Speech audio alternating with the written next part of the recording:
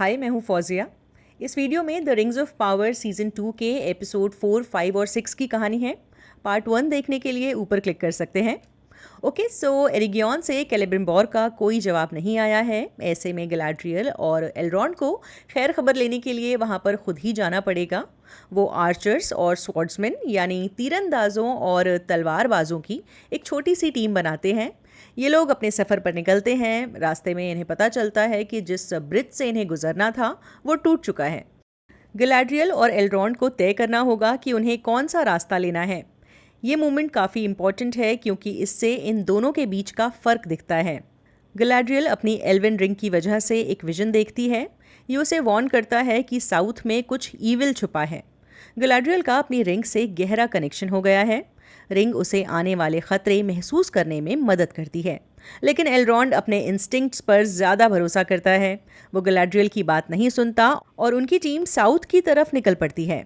इस बीच रून में स्ट्रेंजर अब भी पॉपी और नॉरी को ढूंढ रहा है। ये लोग एक रेतीले तूफान के दौरान अलग हो गए थे। वो टॉम बॉम्बडल नाम के एक शख्स से टकराता है। ये इंसान काफ़ी चार्मिंग लग रहा है, पर इसकी शख्सियत में कुछ मिस्टीरियस है। ये पहेलियों में बोलता है और ज़्यादातर बातों का सीधा जवाब नहीं देता। फिर भी वो स्ट्रेंजर को गाइड करता है। जे.आर.आर. टोल्किन की दुनिया में टॉम बॉम्बडल सबसे पुराने बीइंग्स में से एक है। वो अपनी एग्जिस्टेंस के बारे में हिंट भी देता है। कहता है वो सितारों, नदियों और पेड़ों से भी पहले से यहाँ है। वो ज्ञान देता है, तुम जो ढूंढते हो और जो तुम्हें मिलता है, दोनों में बहुत फ़र्क होता है। वो स्ट्रेंजर के सफ़र के अनप्रिडिक्टेबल नेचर की तरफ इशारा करता है। ये बातचीत अचानक रुक जाती है जब स्ट्रेंजर का मैप हवा में उड़कर एक पेड़ में फंस जाता है। ये कोई आम पेड़ नहीं है, बल्कि एक एंट है। ये ओल्ड मैन आयरनवुड के नाम से जाना जाता है। ये टोल्किन की स्टोरीज के ओल्ड मैन विलो जैसा है। खैर, ये एंशिएंट पेड़ धीरे धीरे स्ट्रेंजर को निगलने लगता है। स्ट्रेंजर खुद कितना भी पावरफुल हो, मिडिल अर्थ में ऐसी ऐसी नेचर की चीज़ें हैं जो अपने आप में बहुत ताकतवर हैं। टॉम बॉम्बडल स्ट्रेंजर को आखिरकार रेस्क्यू करता है। बाद में वो उसके लिए नहाने का इंतज़ाम करता है। स्ट्रेंजर को टॉम के साथ साथ किसी औरत के गाने की आवाज़ भी सुनाई देती है।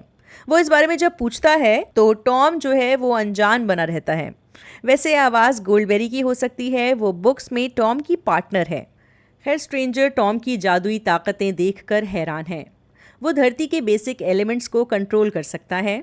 स्ट्रेंजर टॉम से उसके लिए स्टाफ यानी जादुई लाठी बनाने में मदद मांगता है। जवाब घुमा फिराकर फिर से मिलता है। टॉम स्ट्रेंजर को एहसास करवाता है वो अपनी पावर्स को ग्रो करे और समझे उसका सफ़र सिर्फ जादू में मास्टरी हासिल करना नहीं है, बल्कि सेल्फ डिस्कवरी भी है। उसे इस काबिल बनना होगा कि स्टाफ हासिल कर सके। स्ट्रेंजर को रियलाइज़ होता है किस्मत उसे टॉम तक लेकर आई है ताकि वो उसे ट्रेनिंग ले सके। टॉम भी मान लेता है कि उनके रास्ते एक दूसरे से जुड़े हुए हैं। उन्हें कुछ विलन्स को रोकना है, ऐसी डार्क पावर्स जो तब तक नहीं रुकेंगी जब तक पूरा मिडल अर्थ उनके कंट्रोल में नहीं आ जाता। टॉम इसे आग का नाम देता है जो फैलती जा रही है। फिर वो एक राज पर से पर्दा हटाता है। वो कहता है एक वक्त था जब डार्क विज़र्ड उसके सामने आया था, वैसे ही जैसे आज स्ट्रेंजर आया है। वो भी एक इस्तार था। वो भी मैजिक कंट्रोल करना चाहता था। ऐसा लगता है उसकी बुरी हरकतों की वजह से ये इलाका जो पहले हरा भरा था अब बंजर हो गया है। शायद टॉम स्ट्रेंजर को ट्रेन करके डार्क विज़र्ड के मुकाबले खड़ा कर सकता है। इसके अलावा रून के रेगिस्तान में नॉरी और पॉपी जो स्ट्रेंजर से बिछड़ गई हैं, एक हार्फुड जैसे कैरेक्टर से मिलती हैं। वो खुद को नोबडी कहता है। वैसे उसकी माँ उसे मैरीमैक बुलाती है। वो गलती से रिवील कर देता है कि उसने पानी चुराया था और ये भी कि पास ही में उसका गांव है, यानी स्टूअर्स का गांव है। पॉपी और मैरीमैक के बीच केमिस्ट्री नज़र आ रही है। तीनों एक साथ स्टूअर विलेज की तरफ निकल पड़ते हैं। जब वो वहाँ पहुँचते हैं तो उनकी मुलाकात होती है गुंडाबेल से। ये इनकी लीडर है। ये लोग आमतौर पर अजनबियों से बात नहीं करते और इसीलिए मैरीमैक को उन्हें साथ लाने के लिए डांट पड़ती है। उनसे सवाल जवाब किए जाते हैं। नॉरी स्ट्रेंजर का जिक्र करती है, लेकिन गुंडाबेल डर जाती है। उसे लगता है शायद स्ट्रेंजर का कनेक्शन डार्क विज़र्ड से है। वैसे स्टूअर्स हॉबिट्स की ही अर्ली ब्रीड हैं। साउथ में गैलाड्रियल, एलरॉन्ड और उनके स्क्वाड का बैरो डाउन्स में एक बड़ी मुसीबत से सामना होता है। ये एक पुराना कब्रिस्तान है जहाँ कई लॉर्ड्स और किंग्स दफन हैं। जब वो एरिया एक्सप्लोर करते हैं तो उनका सामना होता है बैरो वाइट से। ये कुछ भूत टाइप हैं। ये अपनी कब्रों से उठते हैं और एल्फ से लड़ने लगते हैं। शुक्र है एल्रॉन्ड का दिमाग काम करता है और उसे आइडिया आता है। उन्हें वाइट्स के साथ दफन हुई तलवारों का इस्तेमाल करना होगा। बस फिर क्या था, एल्व्स ये भूत भगा देते हैं। वहीं इंसानों में थियो की तलाश अब भी जारी है। एस्ट्रिड ग्रुप को नॉर्थ की तरफ गाइड करती है, लेकिन उसकी लॉयल्टी पर सवाल उठता है। एरेंडियर उसके गले पर एक जला हुआ निशान देख लेता है। ये अडार का निशान है। एरेंडियर उसका सामना करता है और थोड़े स्ट्रगल के बाद उसे बंदी बना लिया जाता है। फिर एरेंडियर और इसिल्डोर पर एक अजीब क्रीचर अटैक करता है। ये दोनों दलदल में दबने लगते हैं। इस दौरान एस्ट्रिड उनकी मदद करती है। एरेंडियर क्रीचर को मार देता है, लेकिन ये बैटल इस बात का हिंट देती है कि मिडल अर्थ में डार्क फोर्सेस जग रही हैं। एस्ट्रिड को अपने डार्क पास्ट की वजह से खतरा महसूस हो रहा है, इसीलिए वो इसिल्डोर को धोखा देती है, मगर वहाँ एंट्स और एंट वाइफ्स पहुँच जाते हैं। ये स्पीशीज टोल्किन की कहानियों में अहम है। स्नैगल रूट और विंटर ब्लूम नाम के एंट्स इस चार्ज को लीड कर रहे हैं। एरेंडियर उन्हें शांत करने में कामयाब होता है। वो मिडल अर्थ के लोगों की तरफ से अपनी गलतियों की माफ़ी मांगता है। रूअन में गुंडाबेल एक हारफुट लेजेंड के बारे में बताती है। ये जानने के बाद कि हारफुट्स के लीडर का नाम सेडॉक बैरोस था। गुंडाबेल नॉरी को बताती है एक वक्त पर स्टुअर्स को एक आदमी लीड करता था, उसका नाम रोरेमस बोरोस था। वो वॉल पर कुछ कार्विंग्स दिखाती है। रोरेमस ने एक सपना देखा था, एक ऐसी जगह जहां ठंडा पानी बहता हो, ऐसी पहाड़ियां जहां 1 महीने से भी कम में ऐसा घर बनाया जा सकता हो जिसमें पूरा परिवार रह सके। रोरेमस बैरोस ऐसी जगह ढूंढने के लिए निकल पड़ा। जाने के बाद वो स्टुअर्स के पास कभी लौटकर वापस नहीं आया। पॉसिबल है रोरेमस और उसका कारवां आगे चलकर हारफुट्स बन गए होंगे। उन्हीं के वंशज सेडॉक बोरोस स्टुअर्स की नई जनरेशन को लैंड ऑफ प्रॉस्पेरिटी की तरफ लेकर जाएंगे, यानी ऐसी जगह जो जन्नत के बराबर होगी। आई थिंक यहाँ लॉर्ड ऑफ द रिंग्स के शायर की बात हो रही है। आपको क्या लगता है? डार्क विज़र्ड के सैनिक उनकी बातचीत को इंटरप्ट करते हैं, लेकिन गुंडाबेल हिम्मत दिखाकर पॉपी और नॉरी को प्रोटेक्ट करती है। वो उनकी लोकेशन रिवील नहीं करती। वहीं भूतिया क्रीचर से लड़ने के बाद गैलाड्रियल एल्रॉन्ड से रिक्वेस्ट करती है कि अगर मौका आया तो वो हमेशा सौरॉन की हार को प्रायोरिटी देगा, चाहे गैलाड्रियल की जान ही दांव पर क्यों ना लगी हो। एल्व्स अडार और उसके ऑर्क्स के एरिगियन पर मार्च करने का थ्रेट डिस्कस करते हैं। एक एल्विन सोल्जर को तीर लगता है और गैलाड्रियल के हाथ लगाने से वो ठीक हो जाता है। फिर गैलाड्रियल अपनी रिंग एल्रॉन्ड को देती है और उसे लिंडन भागने के लिए कहती है। वो खुद वहां रुककर ऑर्क्स का सामना करेगी। एक सोल्जर कहता है गैलाड्रियल उनके लिए अपने आप को सैक्रिफाइस कर रही है, लेकिन एल्रॉन्ड बताता है वो सिर्फ रिंग को बचा रही है, रिंग को प्रोटेक्ट कर रही है। गैलाड्रियल अपनी पूरी जान लगाकर एल्व्स को बचाने के लिए लड़ती है, मगर आखिर में वो अकेली पड़ जाती है और पकड़ी जाती है। अब वो अडार के कब्जे में है। चलते हैं काजाडूम। किंग ड्यूरिन अपनी रिंग का इस्तेमाल करते हुए सूरज की रोशनी वापस ले आते हैं। नई रिंग्स का इन्फ्लुएंस साफ नजर आ रहा है। किंग ड्यूरिन द थर्ड अपने माउंटेन किंगडम में रिंग की पावर्स का यूज़ करते हुए माइनर्स को गाइड करते हैं। वो उन्हें कॉन्फिडेंस के साथ बताते हैं कि मिथरिल के लिए कहाँ कहाँ खुदाई करनी होगी। मिथरिल एक पावरफुल और जादुई मेटल है। हर कोई किंग की डिगिंग स्ट्रैटेजी के सपोर्ट में नहीं है। डिसा अपने हस्बैंड को बताती है उसे डर है कि कहीं राजा पर रिंग की पावर असर ना कर रही हो और कहीं राजा करप्ट ना हो रहा हो। बात सही है, क्योंकि बाद में दिखाया जाता है राजा दूसरे ड्वार्फ लॉर्ड से रिंग्स के लिए रिश्वत मांगता है। वो बाकी रिंग्स अपनी पहुंच से जाने नहीं देना चाहता। आगे डिसा एक ट्यूनिंग क्रिस्टल खरीदती है। इससे धरती की गहराई में कीमती मिनरल्स ढूंढने में मदद मिलती है। ये क्रिस्टल नीचे गिरता है और लुढ़कते हुए सुरंग में चला जाता है। डिसा अंधेरे में क्रिस्टल ढूंढने के लिए गाना शुरू करती है। ये एक्चुअली एक एंशिएंट मेथड है जिसे ड्वार्फ्स क्रिस्टल से कनेक्ट होने और ख़जाना ढूंढने में यूज़ करते हैं। डिसा को अपने गाने के बदले माइंस की गहराई से एक ख़तरनाक आवाज़ आती है। ये शायद बैलरॉग है। ये डीमन काजाडूम के माउंटेन्स के नीचे सो रहा था। बहुत ज़्यादा खुदाई करने की वजह से शायद ये जाग चुका है। किंग ड्यूरिन हर वार्निंग को अनदेखा करता है। वो माइनिंग ऑपरेशंस पर लगे रिस्ट्रिक्शंस इग्नोर करता है। उसका गोल्ड और मिथरिल पाने का लालच बढ़ता जा रहा है। वो किसी की भी नहीं सुन रहा। एक मिनट, वॉच रोज के होम पेज पर ज्वाइन के बटन से आप मेंबरशिप ले सकते हैं, बस बता रही हूँ। इस बीच एरिगियन में सौरॉन, जिसने अनातार का रूप लिया हुआ है, अपना मैनिपुलेशन जारी रखता है। उसने कैलेब्रिम्बोर को तो उलझाया हुआ है ही, अब बाकी जूनियर स्मिथ्स को भी अपनी अपनी बातों में फंसा रहा है। डोर्स ऑफ ड्यूरिन अनवेल करते हुए दिखाया जाता है। डोर्स खुद पत्थर के बने हुए हैं। उन्हें ड्वार्फ्स के क्राफ्ट का इस्तेमाल करते हुए बनाया गया है और उसे इथिल्दिन नाम के प्रोडक्ट से कवर किया गया है। ये एक मैजिकल सिल्वर सब्सटेंस है। ये सिर्फ तब दिखाई देता है जब उस पर स्टारलाइट या मूनलाइट पड़ती है, वरना ये डोर्स लगभग इनविजिबल होते हैं और रॉक्स के साथ परफेक्टली ब्लेंड हो जाते हैं। कैलेब्रिम्बोर ने इथिल्दिन की डिस्कवरी पहले सीजन में की थी। डोर्स पर कुछ सिंबल्स भी बने हुए हैं। ये एल्व्स और ड्वार्फ्स की फ्रेंडशिप दिखाते हैं। एक्चुअली ये वही डोर्स हैं जिसे लॉर्ड ऑफ द रिंग्स में पहले दिखाया जा चुका है। फ्रोडो और सैम ने सक्सेसफुली इसका पासवर्ड गेस कर लिया था। पासवर्ड था एल्विश वर्ड मेलिन, यानी फ्रेंड। बाद में अनातार कैलेब्रिम्बोर पर रिंग्स बनाने के लिए जोर देता है। वो कहता है मिडल अर्थ में सबसे ज्यादा इंसान सफर कर रहा है। ऐसा लगता है कैलेब्रिम्बोर उसकी चाल बस समझ ही गया। वो अनातार से कहता है, तुम कोई खेल खेल रहे हो, दूसरों के दिमाग में बीज बो रहे हो, है ना? पर्दा उतरने ही वाला है, लेकिन अनातार के भेस में छुपा सौरॉन बिल्कुल नहीं झिझकता। वो कैलेब्रिम्बोर की आंखों पर फिर से झूठ का पर्दा डाल देता है। वो इंसिस्ट करता है कि वो मेन के लिए 9 रिंग्स बनाए। ये डिसीजन 9 रिंग्स के क्रिएशन की शुरुआत है, जिससे बाद में नज़गुल बनेंगे। आगे यहाँ काम करते हुए एक रिंग स्मिथ जिसका नाम मिर्दानिया है, वो ऐसे ही एक्सपेरिमेंट करने के लिए एक रिंग पहन लेती है। ऐसा करते ही वो फौरन अनसीन वर्ल्ड में चली जाती है। वहाँ उसे एक खतरनाक विजन दिखता है, एक राक्षस जैसा क्रीचर जो बहुत लंबा है और उसकी स्किन आग की लपटों से बनी हुई है। लग रहा है ये डार्क फोर्सेस की रेफरेंस हो सकती है। बेसिकली ये दिखाया जा रहा है कि रिंग्स अपने वेयरर्स को, यानी जिसने उन्हें पहना है, उन्हें अनसीन और डेंजरस रेल्म से कनेक्ट करती है।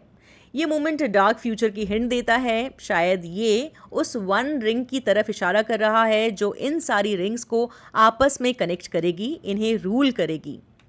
मिर्दानिया इस बारे में अनातार को बताती है। वो कहता है, तुमने कैलेब्रिम्बोर को देखा है, वो अपने काम में कुछ ज़्यादा ही कंज्यूम हो गया है, विच इज़ नॉट गुड। फिर वो बातों बातों में मिर्दानिया को गैलाड्रियल से कंपेयर करता है, जिससे मिर्दानिया खुश हो जाती है बिकॉज मिडल अर्थ में गैलाड्रियल को सबसे खूबसूरत माना जाता है, यानी कि वो मिर्दानिया से फ्लर्ट कर रहा है। इस बीच न्यूमेनोर में पॉलिटिक्स शिफ्ट हो गई है। फेराजॉन राजगद्दी पर बैठा है। वो काफ़ी कड़े अंदाज में रूल कर रहा है। वो अपने बेटे केमिन को गद्दारों को ढूंढने के लिए कहता है। वहीं एलेंडिल अब भी क्वीन के लिए लॉयल है, पर उसकी बेटी एरियन फेराजॉन को सपोर्ट करने लगी है। न्यूमेनोर के लिए अपनी लॉयल्टी और अपने मॉरल कंपस के बीच फंसा एलेंडिल अपनी कैप्टन यूनिफॉर्म प्रोटेस्ट में वापस कर देता है। इसके बाद केमिन के लोग हिंसा फैलाते हैं। इसमें एलेंडिल का साथी वेलांडिल मारा जाता है। केमिन खुद को डरपोक साबित करते हुए वेलांडिल की पीठ पर वार करता है। चलते हैं दोबारा एल्व्स के पास। राजा गिलगिलाड कश्मकश में हैं। वो सोच रहे हैं कि अपनी मिलिट्री फोर्सेस को कहाँ फोकस करें, एरिगियन की मदद करें या डायरेक्टली अडार का सामना करें। चलते हैं अडार के पास। वो अपनी कैप्टिव गैलाड्रियल से कहता है, मैंने तुम्हें यहाँ एक प्रिजनर के रूप में नहीं बल्कि एक पोटेंशियल अलाई के तौर पर बुलाया है, क्योंकि हम दोनों का दुश्मन एक ही है। सो अडार चाहता है एल्व्स उसके साथ मिल जाएं और सोरॉन को हराएं। एपिसोड 6 की शुरुआत में एरेंडियर 2 बागी ऑर्क्स को ट्रैक करता है। ये ऑर्क्स अपने पोस्ट्स पहले ही छोड़ चुके हैं। शायद अडार की लीडरशिप इन्हें पसंद नहीं आ रही। एरेंडियर अपने एल्वन वॉरियर स्टाइल में आसानी से इन्हें हरा देता है। जब वो इनमें से एक को सर्च करता है तो उसे एक मैप मिलता है। ये एरिगियन का रास्ता दिखाता है। इसे पता चलता है ऑर्क्स उसी तरफ जा रहे हैं। इस बीच एल्विन गढ़ एरिगियन में कैलेब्रिम्बोर को इंसानों के लिए 9 रिंग्स बनानी है, लेकिन काम बहुत स्लो चल रहा है। इस वजह से उसे चिढ़ होने लगती है। इन रिंग्स का बनना सौरॉन के ग्रैंड प्लान के लिए ज़रूरी है, ताकि वो मिडल अर्थ की रेसेस को अपने कब्जे में कर सके। अनातार बना सौरॉन कैलेब्रिम्बोर के दिमाग से भी खेल रहा है, सो वो हमेशा एज पर ही रहता है। मिर्दानिया उसे बताती है ड्वार्फ्स मिथरिल की डिलीवरी में लेट कर रहे हैं। मिथरिल रिंग्स बनाने के लिए ज़रूरी है। कैलेब्रिम्बोर पहले से ही इंटेंस प्रेशर में है। वो मिर्दानिया को डांट देता है, बल्कि कुछ देर के लिए वो अपनी इस पुरानी असिस्टेंट स्मिथ का नाम भी भूल जाता है। वो नोटिस करती है कैलेब्रिम्बोर अब पहले जैसा नहीं रहा, वो अपने कंट्रोल में ही नहीं है। वो नहीं जानती कि सौरॉन धीरे धीरे कैलेब्रिम्बोर को फिजिकली और मेंटली कमज़ोर कर रहा है। कैलेब्रिम्बोर अपने मन की बात अन्नातार से शेयर करता है, एडमिट करता है कि वो भूलने लगा है। वो पहले काफ़ी ऑर्गेनाइज्ड था, बट अब अपने टूल्स इधर उधर रखकर भूल जाता है। सौरॉन की डार्क पावर्स पूरी तरह असर कर रही हैं। कैलेब्रिम्बोर अपनी टीम अन्नातार के भरोसे छोड़ देता है और खुद अकेले काम करने के लिए फोर्ज में चला जाता है। इससे अन्नातार को एरिगियन पर और जूनियर स्मिथ्स पर पूरा कंट्रोल मिल जाता है। वो एरिगियन में यहाँ के लॉर्ड्स की तरह रहने लगता है, इसे रूल करने लगता है। सौरॉन का कंट्रोल तब और ज़्यादा क्लियर हो जाता है जब इन लोगों को एक डेड बॉडी मिलती है।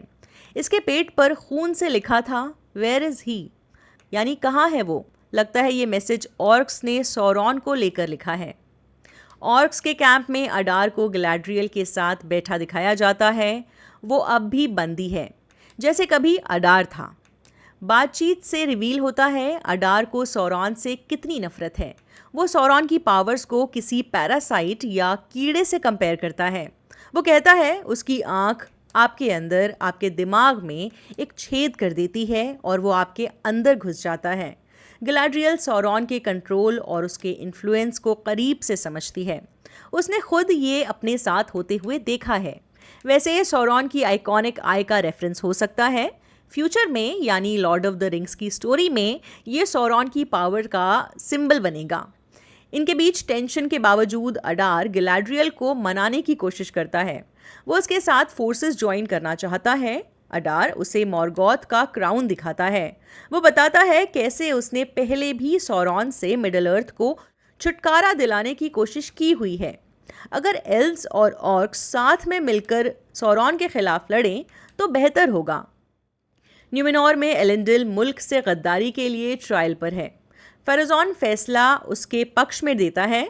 वो कहता है कि एलेंडिल को माफ़ कर दिया जाएगा क्योंकि वो बहुत वक्त से न्यूमेनोर को सर्व कर रहा है। बस एक ही कंडीशन है, उसे अपने एक्शंस के लिए माफ़ी मांगनी होगी और नए रूलर को स्वीकार करना होगा। एलेंडिल, जो हमेशा से उसूलों वाला रहा है, इस ऑफर से इनकार कर देता है।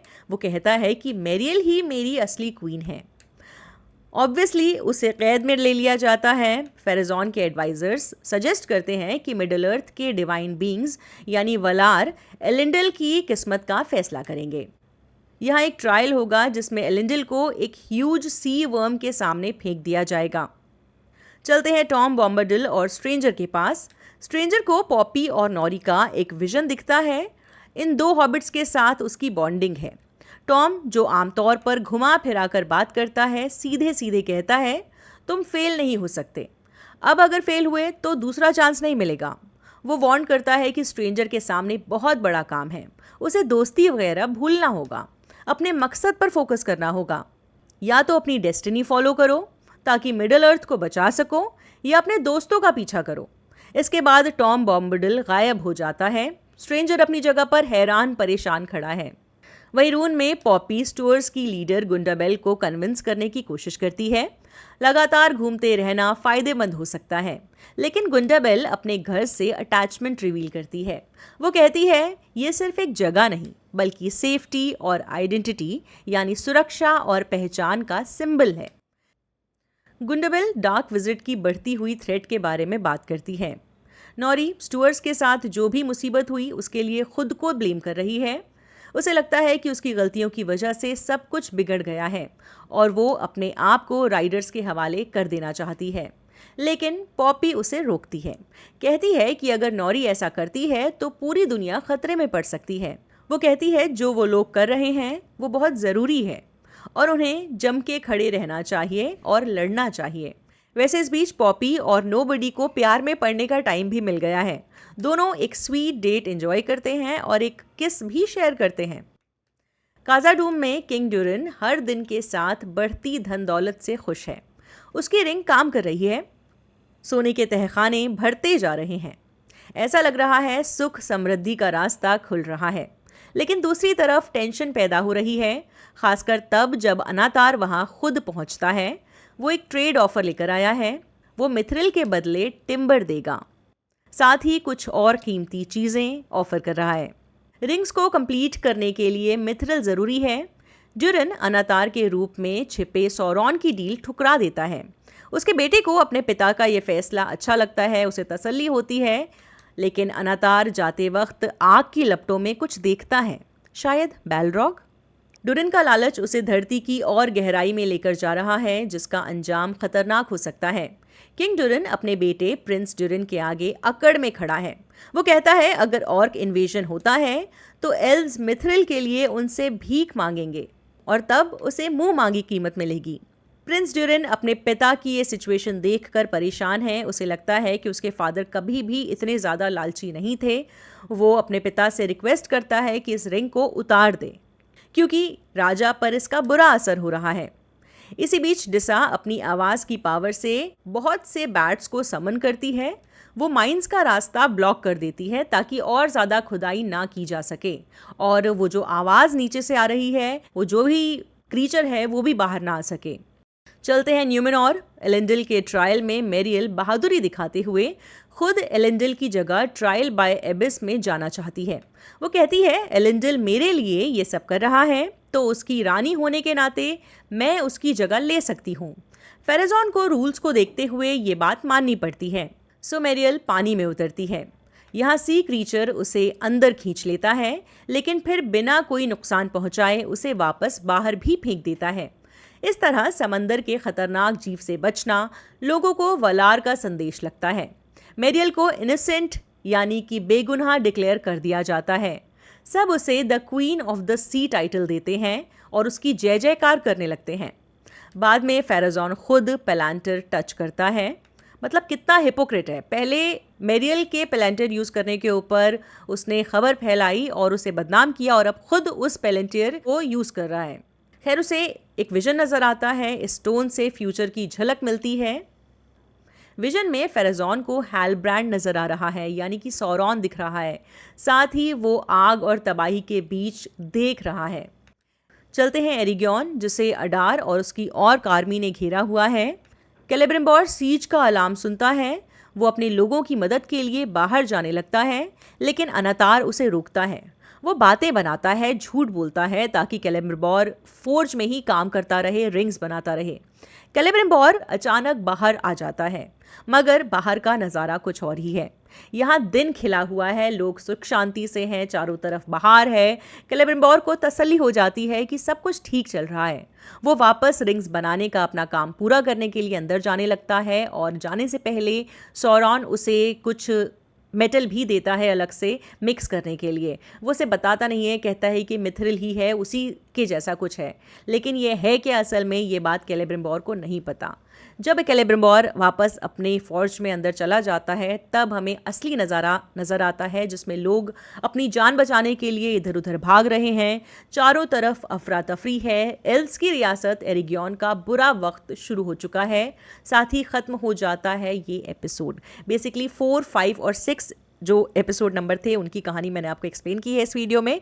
अच्छा लगे तो बताइए, और ना अच्छा लगे तो भी कमेंट ज़रूर कर दीजिए। बाय।